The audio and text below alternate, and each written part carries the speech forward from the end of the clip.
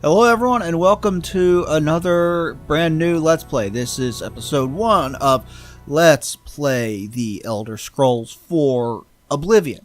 And this is going to be a bit different because it's just me.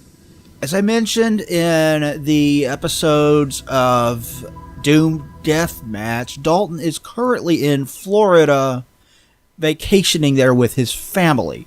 So for the next 2 weeks, it's just me here by myself. I didn't want to leave you guys hanging with no videos at all to watch for that entire time, so I decided to record something all on my own. And I decided that I wanted to do this. We're doing the Elder Scrolls Oblivion. We're just starting a new game here.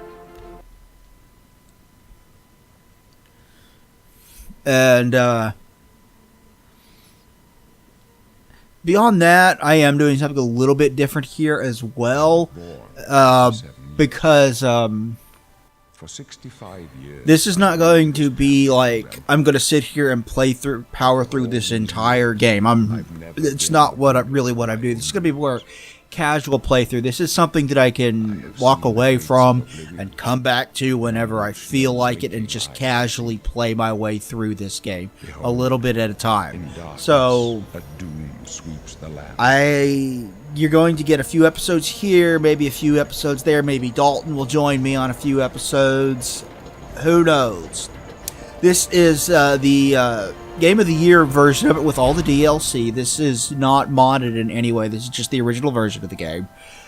Obviously cranked up as high as the graphics will go, because if you don't have a PC that can do that at this point, what are you doing?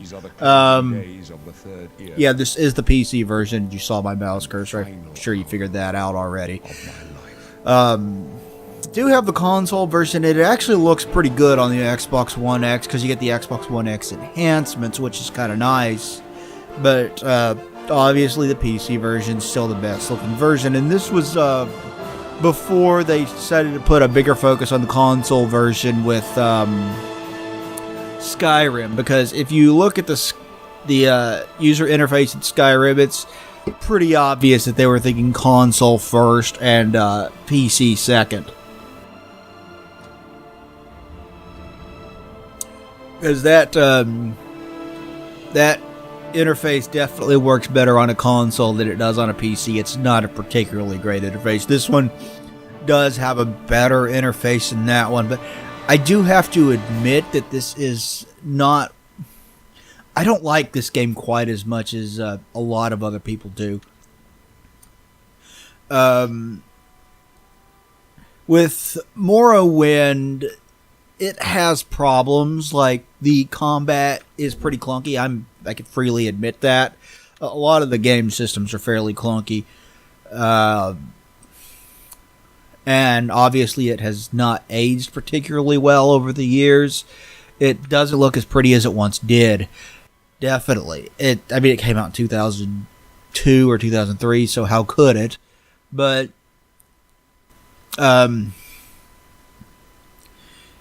the music is so it's subtle in that game.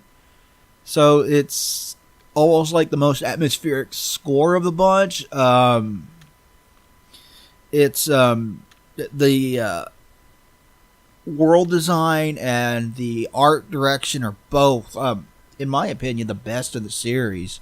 I love that world so much. And it's got such great world building and storytelling varied in all the text that you can dig through in that game, that it's just a absolutely great gameplay experience. I love Morrowind to death, but I didn't think that one would be make for a great Let's Play, because every single fucking character in that game is an encyclopedia of text, and I thought that would get boring to sit as I cycle through all of that.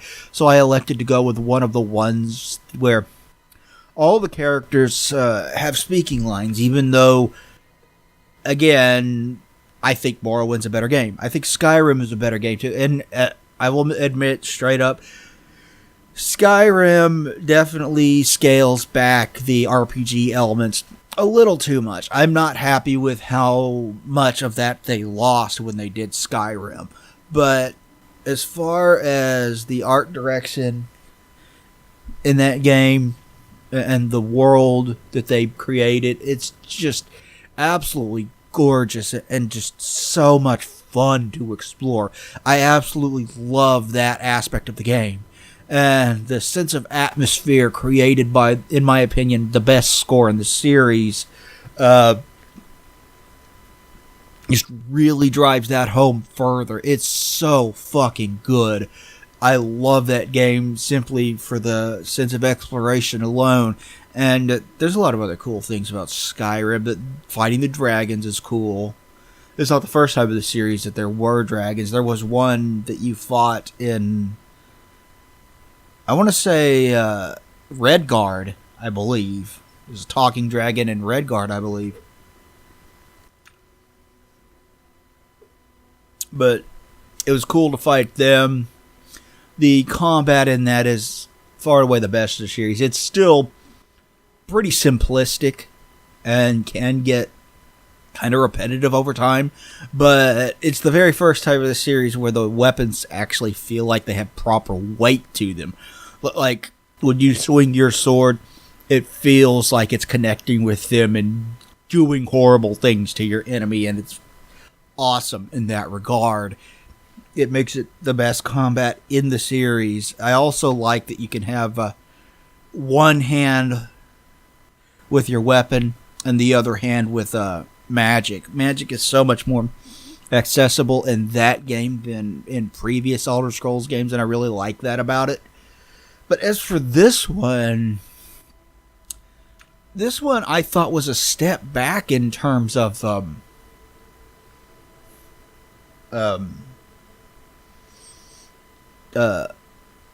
world. Like, the art design in this game, while pleasing to look at, is nowhere near as interesting, as, to me at least, as it is in Morrowind or Skyrim. It's just kind of generic European medieval fantasy kind of thing. And it's fine for what it is, but when you compare it to the game that came before it and a game that came after it, I just do not enjoy exploration in this game nearly as much as I do in those other two. And that really takes away from the game. And just like the other two, there are some instances of great writing in this, especially the side quests. I think it's the Dark Brotherhood side quest gets a lot of praise for good reason in this game, and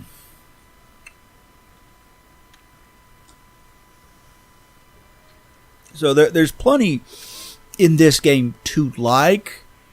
I just don't think the aspect of exploration, which is a big driving force behind what makes these games great in the first place, is all that good in this one. Obviously, I'm going with an Argonian here, and I just think they look cool. Like, and I like their ability to breathe underwater as well. I don't need to find my way around a large body of water or whatever. I could just fucking swim right through it, explore down underneath it as much as I want. I love that aspect of playing an Argonian. I think, besides that, I just think they're cool looking.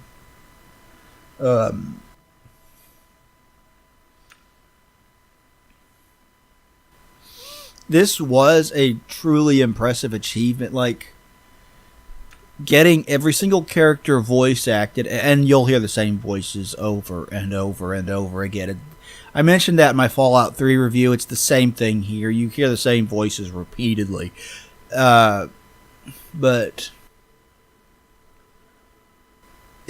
having every single character voice acted and having every single character have schedules that they did during the day and all these different things that this game did to try to make its world feel more alive, it was a really, really impressive technical achievement when this game came out. And it's still not, I mean, like, the character models are kind of infamous at this point, but the world itself is still not ugly on a technical level, and this is as good as it's going to look without mods, barring running it at a higher resolution. Obviously, if you run it, you're going to get a smoother experience if you run it at a high resolution, like 4K or something. I was playing this at 1080p.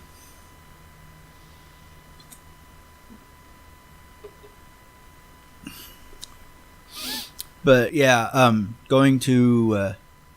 recorded. I am post commentating this, by the way. I think that my commentary, when I'm by myself, when it's just me and Dalton's not here, I think my commentary is more interesting when I post commentate it, because that lets me focus more on what I'm saying, instead of having to split my focus between the game itself and the commentary. In which case, sometimes I just kind of don't think about it and don't speak at all. And you'll get a couple minutes of silence or something along those lines, and then I'll go, oh yeah, I need to say something. I haven't said anything in a while. And I think that makes for a less interesting video when that happens. But, yeah, post-commentating this video. So, I played this last night, and boy did I have a lot of trouble getting this to record, because I first tried to record this the night before last, right? I spent about 40 minutes trying to get the damn game to launch, and this is actually played from the DVD, the 2-disc DVD release that they did. It's is this the Game of the Year or the 5-year? It's the Game of the Year edition of it, with all the DLC, and I could not get my CD-ROM drive to or my DVD-ROM drive to recognize the goddamn disc. I spent 40 minutes trying to get it to recognize the goddamn disc, and I think I might need to get a new CD-ROM drive at some point, or DVD-ROM rather, if it's going to do that, or maybe a Blu-ray drive, because I can't have that, man. I can't have it not recognizing my fucking disc if I'm going to be playing this. And people are like, you should get the GOG version. I'm like, oh man, I really don't feel like buying this game again, just because I'm struggling to get the goddamn thing to start. And then I gave up. And then I sat down and I played Far Cry 4 on my Xbox One X. I played that for about an hour and 40 minutes or so. And I was really actually enjoying that quite a bit. I recorded that, and then the moment that I took the recording and plugged it into my computer, plugged the thumbstick into my computer, because if you've seen my video on the ClearClick HDMI capture, you know that it just records directly to a thumbstick, and then you have to take the thumbstick, put it in your computer, and transfer the files to your hard drive for editing. As soon as I did that, the goddamn file corrupted on me. I don't know what happened. I don't know why that happened. That pissed me off. So I lost that. So you guys almost got Far Cry 4 instead of this. The Xbox One version of Far Cry 4 played on an Xbox One X, to be specific. And I still might do more of that in the future. I don't know what I'm going to do, but these 3 videos that I recorded here for Let's Play Oblivion, this is not all you're going to get while Dalton's in Florida. I'm going to do some more, so you might still get Far Cry 4. You might get more Oblivion. I haven't decided yet. Anyway, after that was corrupt, it was like 5 in the morning, and I was like, God damn it, I'm going to go to fucking bed. So I watched a couple of videos and just went to bed pissed off. And then I woke up the next day and I put the disc in, and it worked first try. So when it got around to it at night, I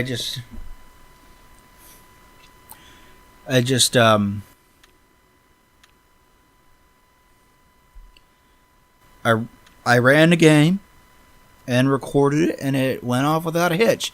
And this is the footage you're seeing now. And I recorded for an hour and 44 minutes.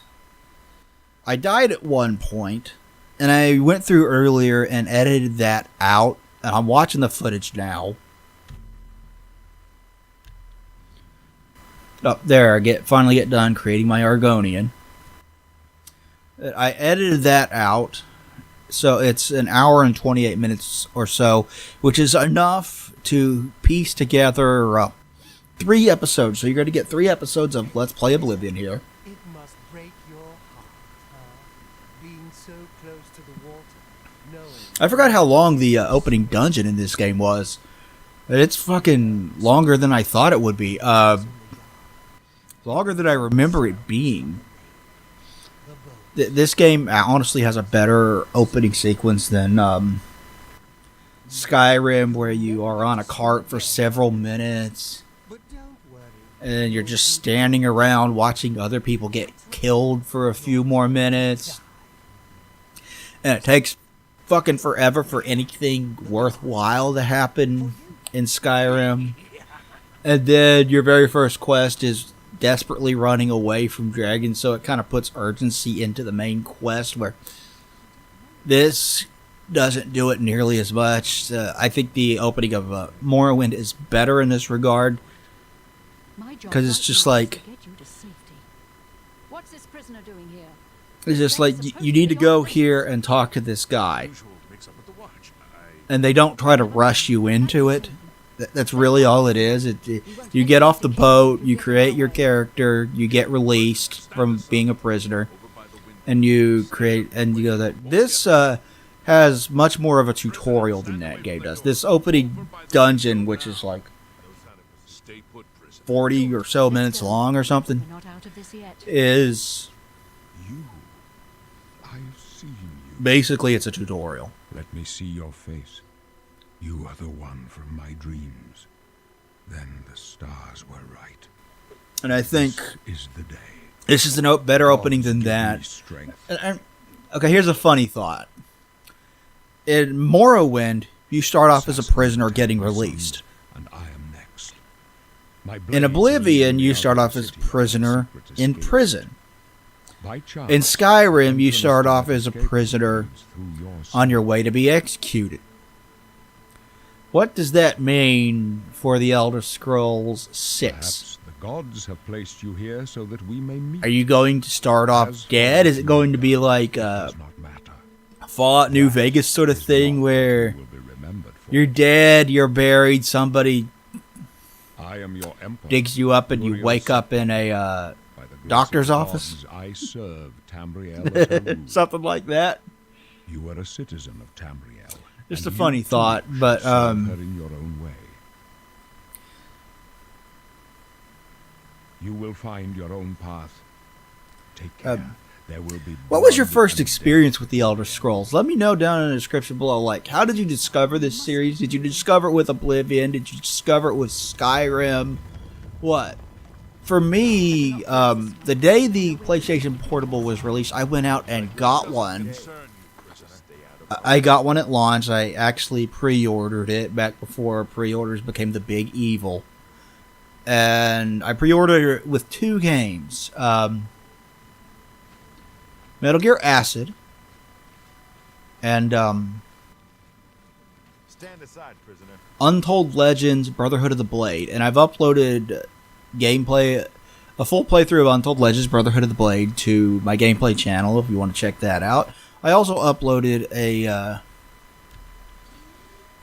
in-depth analysis and review of Untold Legends Brotherhood of the Blade. I did that last year. It was the very first long, in-depth Doom Dog review. You guys can check that out if you want. But then I had a bunch of spare cash after that.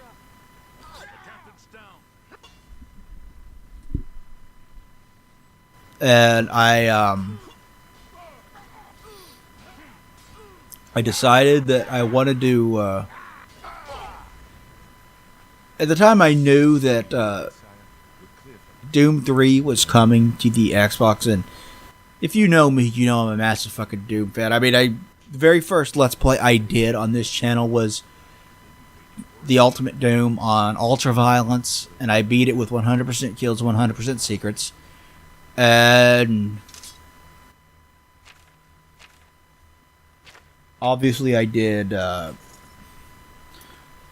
Doom Deathmatch and a few maps of Doom 2 for the last 3 videos that got uploaded to this channel. So you guys know I'm a huge, huge fan of Doom, right? So they're like, Doom 3 is coming to the Xbox. And I'm like, I guess I finally need an Xbox. So I went out and I was like, I have enough spare cash. I could probably get one used. I want to go look. So I went to Console Game Exchange in the mall in Frisco, and I uploaded video footage of that a long time ago.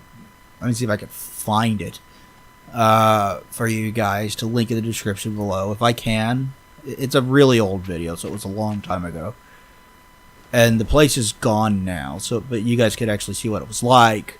I went there and I was like, I'm thinking about getting an original Xbox. And they told me the price, and I said, okay, I said I can swing that, but I want a game with it. And they're like, so what are you into? I'm like, oh, I really, really like first-person shooters and RPGs. And they're like, so what about Halo? Because, that's the first thing they always suggest is Halo. And I said, I've got the PC version of that already, and I did, and I had played it, and you guys saw my review of Halo, so I feel like I'm just repeating myself if I talk about stuff that I liked and didn't like about that game there, but suffice to say, I'm not the world's biggest fan. I don't hate the series, but I'm not the world's biggest fan of it either. And they're like, well, and I'm like, well, how about an RPG? And they're like, Morrowind. This is the very first thing that came out of the guy's mouth. Play Morrowind. And I'm like, okay, I have never heard of this before. I've never heard of this series before, but I'll give it a shot. So I bought the Xbox and I bought Morrowind for it, and that's where I first played it. And guys, just play the PC version of Morrowind. It looks better, it runs better. You can add mods to it to make it a much prettier game. But I'm not going to lie and tell you that I'm not very nostalgic for the 20 FPS unlocked frame rate version of Morrowind on the original Xbox. It didn't run particularly well. They were trying to do something with it that hardware really wasn't meant to do. But I got it home, plugged in the Xbox, turned it on, popped in Morrowind, started playing it. And at this point, it was like 7 o'clock at night or something. And I continued playing it. And I continued playing it. And I continued playing it. And then I looked through my window. There was light coming through my window, and I thought, God damn it, I didn't go to bed.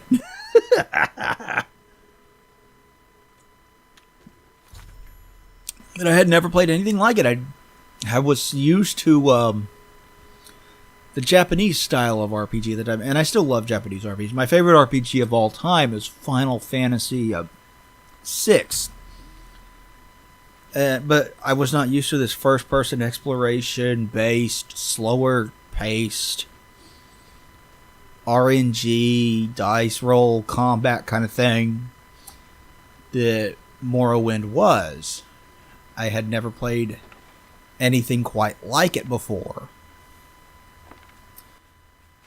But I just fucking fell in love with that game. Like, goddamn, it's so good.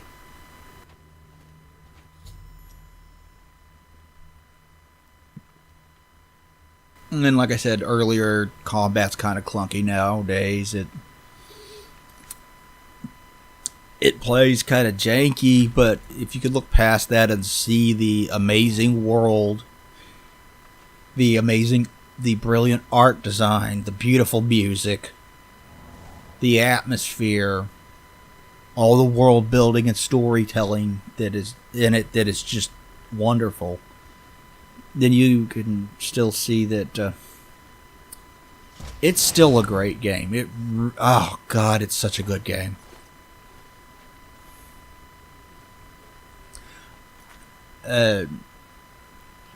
It's still my favorite. If you do have the Xbox version, plug that into your Xbox One or Xbox One X, especially the Xbox One X, and play it on that, because give it a try on that, because it's a sharper looking, much smoother playing, gets to 60 FPS a good chunk of the time version of the game. And it's kind of awesome, like how much better it just play it on that console just to see how much better it runs than the original. I guarantee you'll be impressed with just how improved it is, just playing it backwards compatible on Microsoft's system. But again, just get the PC version and off of GOG or something if you want to play it, and play that version, because that version just get like the script extender and install a widescreen mod for a modern look or something, and it looks and plays better. It's you can run it in higher resolutions. That way you probably run it in 4K and make it look as good as it possibly can. Gorgeous yeah, and obviously you can get a bunch of mods beyond just a simple script extender, and to allow for more modern resolutions and proper widescreen. You can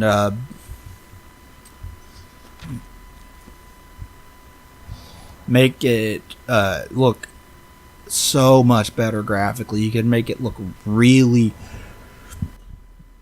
really goddamn good. It's just absolutely gorgeous.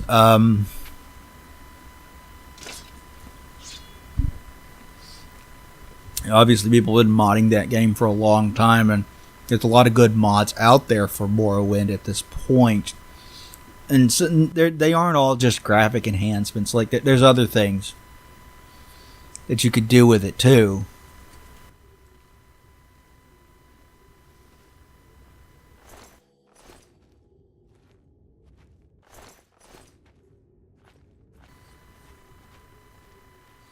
God damn it, why am I getting so much background feedback? I thought I fixed this. I'm trying to get rid of the goddamn feedback as I'm recording this. I don't know if I'm making it better or worse.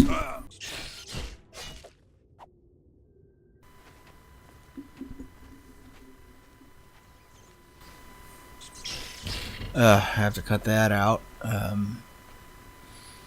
But yeah, you can really bump up the graphics on that and make it a much prettier game, and that's what I'd recommend doing. You can do that you could do that the same thing with this one. You could do the same thing with Skyrim. I don't know about Daggerfall. I know there was a Daggerfall project to run it in Unity that made it look a lot better, but I don't know whatever happened to that. I don't know if that's still in development. I don't know if that was finished. I don't know. I have to look that up. There was also one for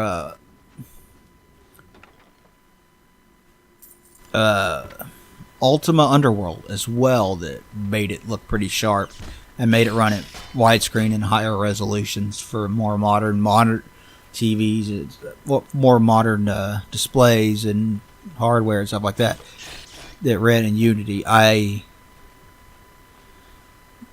don't know if that's still going on or not. It'd be cool, but yeah, I chose to play the base game here. I did not choose to run it with a bunch of mods, but you can if you want to make this game look significantly better than it does, and you can improve the